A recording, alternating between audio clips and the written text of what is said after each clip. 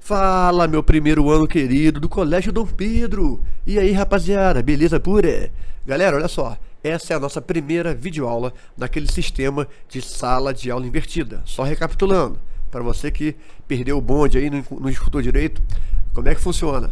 A aula começa aqui, ó, a aula começa aqui no meu canal, beleza? Bassalo Física do YouTube.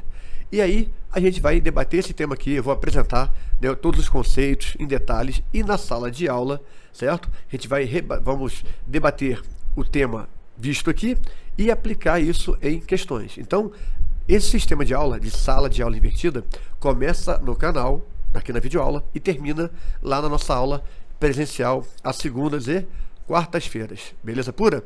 Então não pense que você vai ver a videoaula e que tá tudo beleza. Ah, agora o ensino médio do Dom Pedro é à distância. Não, não é, meu querido, minha querida. A aula começa aqui, galera. E qual é a vantagem do sistema? A gente ganha tempo, beleza? Você, toda vez que tem dúvida, você pode vir aqui no canal e ver a videoaula de novo, que é bacana. E uma coisa que eu aconselho que você faça: pegar uma canetinha e um caderno. Você pode dar pause nas minhas telas aqui e ir anotando. Por quê? Eu preparei essa aula justamente para que você pudesse anotar. Então você pode anotar não só o que está na tela, como o que eu falo também.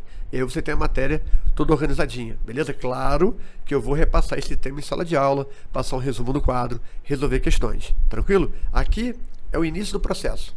Beleza pura? Tranquilo? Se inscreva no canal, curte, compartilha, ativa o sininho, beleza?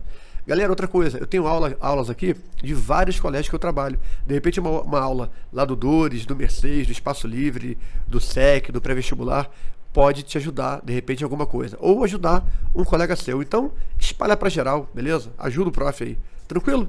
Então, sem mais enrolação, vamos à nossa aulinha de vetores. Agora o bicho pega, começa a treta. Aperte os cintos, vem comigo.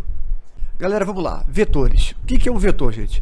Pessoal, o vetor basicamente é uma seta. É uma seta. Você pode estar pensando, não é, Bassala, mas é uma seta? É. O vetor é uma seta. E como toda seta, ela tem uma reta suporte, aqui ó. Essa aqui no caso é horizontal, tá vendo aqui ó? Essa linha amarela. E ela tem um sentido, para onde ela aponta. Ela está apontando para a direita, beleza? Então nesse caso, esse vetor aqui tem direção horizontal e sentido para a direita.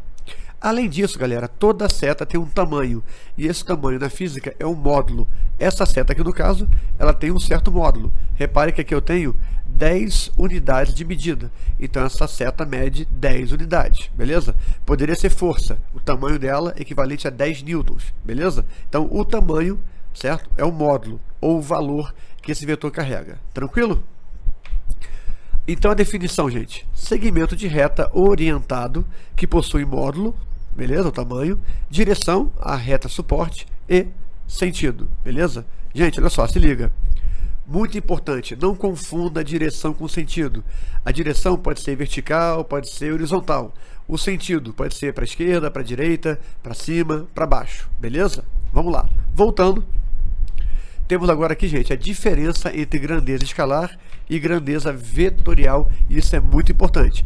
Grandeza escalar, certo? Vamos lá. Definida por um valor numérico e uma unidade de medida, beleza? Grandeza vetorial, definida por um valor numérico, uma unidade de medida, direção e sentido. Repare, gente, que a diferença da vetorial para escalar está justamente no finalzinho aqui, ó. Direção e sentido. Por exemplo, eu tenho uma massa de 2 kg. Essa informação, 2 kg, já define a grandeza. 2 é o valor numérico, quilograma a unidade de medida. Mas se você estiver falando de força, por exemplo, eu tenho uma força de 2 newtons. Esse 2 e esse newton não define essa força. Por quê? Eu posso aplicar 2 newtons para a esquerda, para a direita, para cima, para baixo, beleza? Então essa é uma grandeza vetorial. Então nesse caso eu tenho uma força de 2 newtons vertical para baixo. Fechou? Beleza? Vamos nós. Pessoal, igualdade entre vetores. Quando é que dois vetores são considerados iguais? Beleza? Temos aqui na telinha alguns vetores. Se liga. A, B, C, D, E e F. Cada um numa direção, cada um num sentido, ok? Bom, acompanha comigo. Olha só. As condições para que um vetor seja igual a outro vetor são essas três aqui. Eles têm que ter o mesmo módulo, eles têm que ter a mesma direção e têm que ter o mesmo sentido, beleza? Mesmo tamanho, mesma direção e mesmo sentido. Vamos olhar, gente, um por um. Qual desses vetores tem o mesmo módulo, ou seja, o mesmo tamanho? Se você bater o olho aqui, ó, o A tem 1, 2, 3, 4, 5 quadradinhos, o B tem 1, 2, 3, 4, 5, esse E aqui, ó, tem 1, 2, 3, 4, 5. Então esses três são iguais. E esses outros que estão aqui na diagonal, né? Como é que seria? Bom, olha lá, o A, B e C, certo? Eles têm o tamanho de 5 quadradinhos. Esse vetor aqui D, galera, ele tem 3 quadradinhos de altura, tá vendo aqui, ó? E 4 de base, beleza? Se eu aplicar Pitágoras aqui, ó, 3, cateto 3, cateto 4, eu descubro essa hipotenusa que é o vetor, beleza? Então olha lá, ó, vai dar 5. Então repare que esses vetores, certo? Esses 6 vetores da tela, todos eles têm o tamanho de 5. Ó, o A, 1, 2, 3, 4, 5 quadradinhos, o B e o E também, e o D, C e F, aplicando Pitágoras, 3 de altura por 4 de base, vai dar 5 também. Então, em módulo, eles têm o mesmo tamanho. Quer dizer que eles são iguais? Não, eles também precisam ter a mesma direção e o mesmo sentido. Pessoal, quem é que tem a mesma direção aqui? Vamos lá, olha só.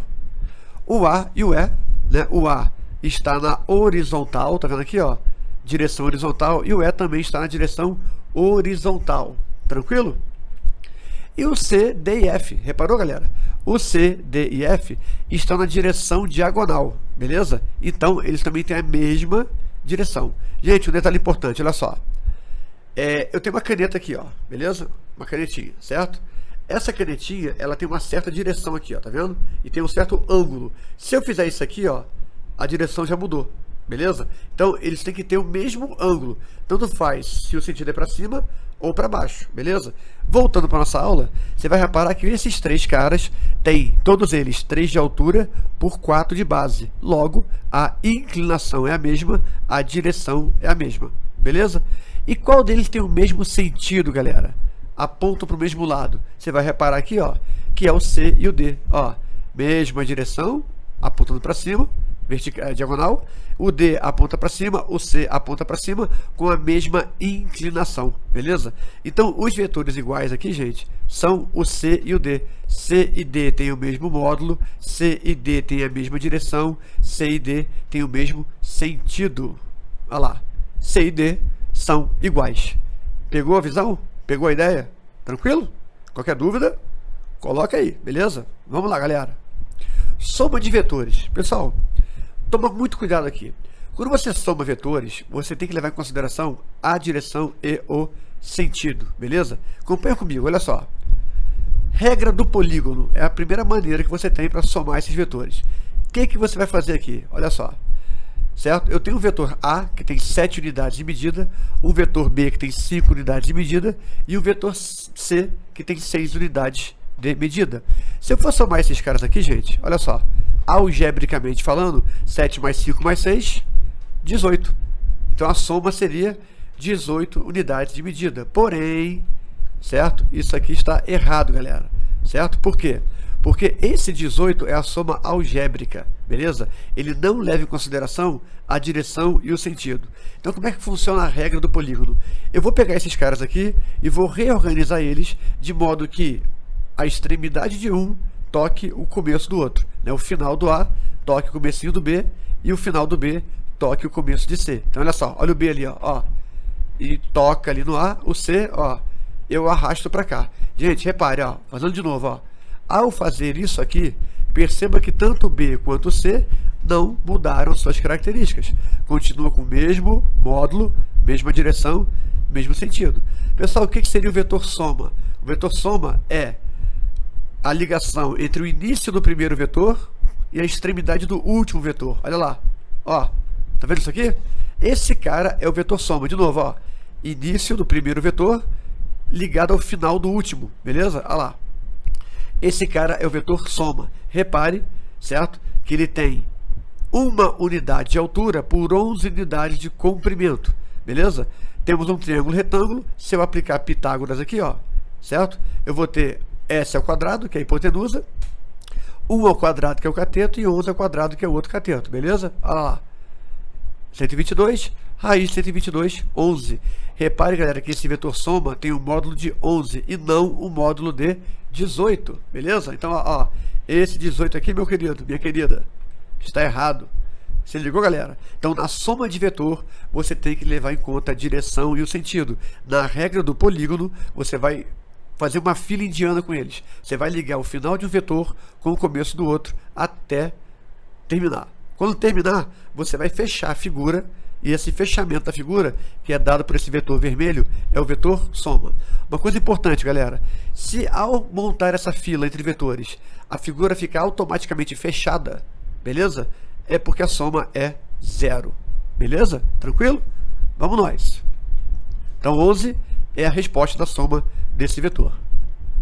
Outra regrinha, gente, a regra do paralelogramo, certo? Eu vou pegar esses vetores A e B, beleza?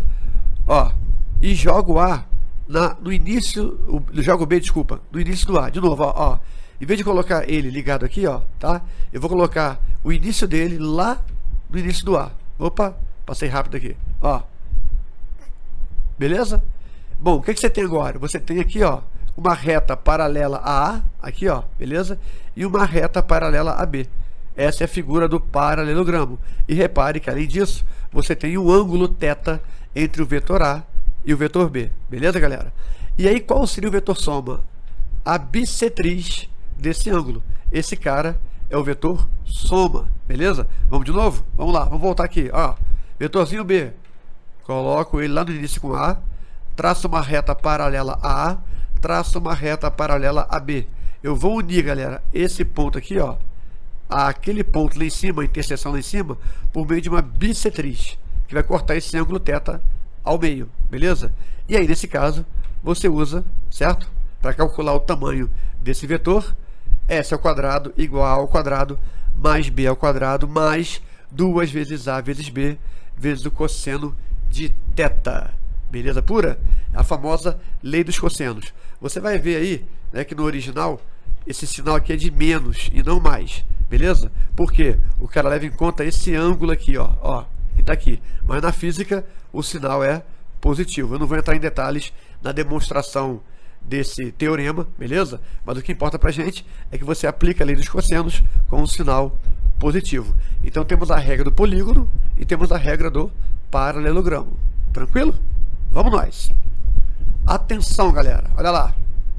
Só podemos utilizar o método paralelogramo para somar dois vetores. Claro, né? Com dois vetores eu consigo formar, né, o paralelogramo. Mais que isso, não dá. Eu vou usar a regra do polígono. Beleza pura? Meus queridos, o que seria um vetor oposto? Outro conceito muito importante no assunto vetores. Vamos lá, galera. Eu tenho um vetor B aqui, certo? O que seria o vetor oposto a B, gente? Vamos lá.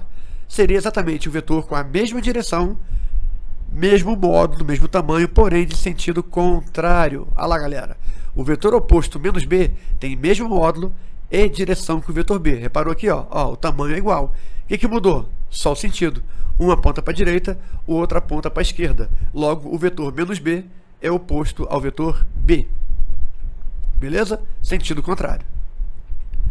Pessoal, o produto de um número por um vetor, ou seja, como é que eu multiplico um vetor por um número? Como é que seria isso? Vamos lá. Eu tenho um vetorzinho V aqui, ó. Ele tem aqui, ó, 1, 2, 3, 4, 5 quadradinhos, beleza? Tranquilo? Se eu quiser multiplicar esse cara por 3, ou seja, 3 vezes V, eu vou pegar o vetor V e vou somar ele 3 vezes. Aqui, ó. 1, 2, 3.